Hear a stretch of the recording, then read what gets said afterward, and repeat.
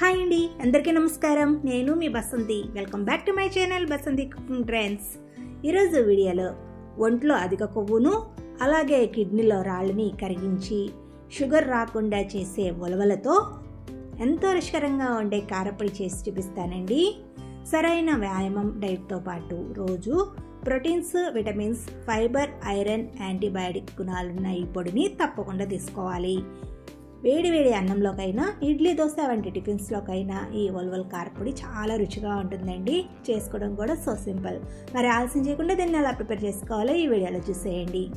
First stove మీద ఒక pan పెట్టుకొని అందులోకి 1 కప్పు ఉలవలు వేసుకొని దోరగా వేయించుకోవాలి. స్టవ్ని లో ఫ్లేమ్లోనే పెట్టుకొని ఈ ఉలవలు కలర్ చేంజ్ అయ్యి మంచి అరోమా వచ్చేంత వరకు వేయించుకోవాలి. ఇలా చక్కగా వేయించుకున్న తర్వాత వీటిని ఒక గిన్నెలోకి తీసుకుని పక్కన పెట్టి చల్లారనివ్వాలి. తర్వాత అదే ప్యాన్లో 1 టేబుల్ స్పూన్ ఆయిల్ వేసుకుని వేడి చేసుకున్న తర్వాత అందులో 2 టేబుల్ స్పూన్ల పచ్చిశనగపప్పు, 2 టేబుల్ స్పూన్ల మినపగుళ్ళు వేసుకొని వేయించుకోవాలి.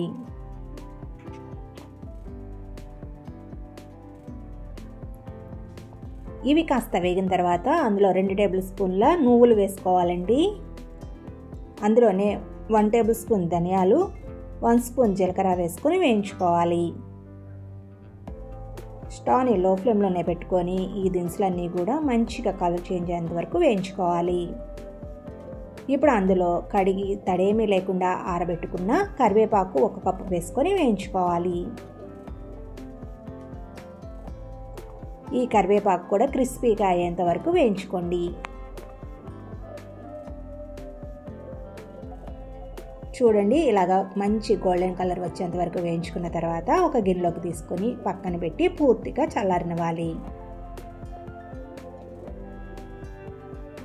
నెక్స్ట్ అదే ప్యాన్లో మరొక స్పూన్ ఆయిల్ వేసుకొని అందులోకి మీరు తినే కారాన్ని బట్టి ఎండుమిర్చిని వేసుకొని వేయించుకోవాలి. నేను ఇక్కడ 15 దాకా ఎండుమిర్చిని వేసానండి.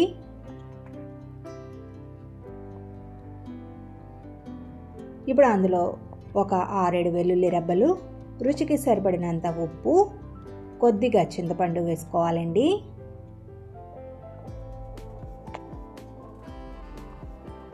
స్టవ్ని లో ఫ్లేమ్లో పెట్టుకొని ఈ ఎండుమిర్చి కూడా క్రిస్పీగా అయ్యేంత వరకు వేయించుకోవాలి. ఇవన్నీ చక్కగా వేగిన తర్వాత స్టవ్ ఆఫ్ చేసుకొని పూర్తిగా చల్లారిన తర్వాత ఒక మిక్సీ జార్ తీసుకొని అందులోకి ముందుగా వేయించుకున్న ఎండుమిర్చిని వేసుకోవాలి.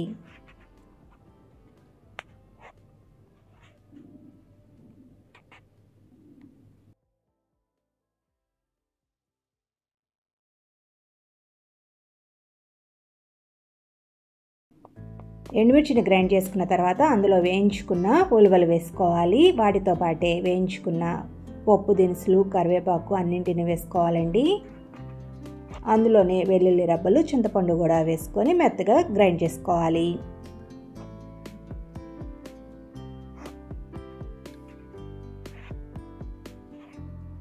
ఇలా మెత్తగా గ్రైండ్ చేసుకుంటే ఎంతో టేస్టీగా ఉండే రుచికరమైన ఉలవల కారపొడి రెడీ.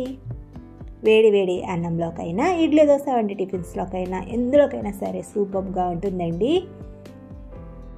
హెల్తీగా వెయిట్ లాస్ అవుదాం అనుకునే వారికి ఈ ఉలవలు ఎంతగానో ఉపయోగపడతాయండి. రుచితో పాటు ఎన్నో ఆరోగ్య ప్రయోజనాలున్న ఈ ఉలవల కారపొడిని మీరు కూడా తప్పకుండా ట్రై చేసి చూడండి. ఓకే ఫ్రెండ్స్, ఈ రెసిపీ కనుక మీకు నచ్చినట్లయితే తప్పకుండా లైక్ చేయండి. మీ ఫ్రెండ్స్కి, రిలేటివ్స్కి షేర్ చేయండి. మరిన్ని లేటెస్ట్ రెసిపీస్ కోసం మన ఛానల్ను సబ్స్క్రైబ్ చేసుకోండి. Thank you for watching this video. We'll meet again in our next video. Stay tuned to Basanti Cooking Trends.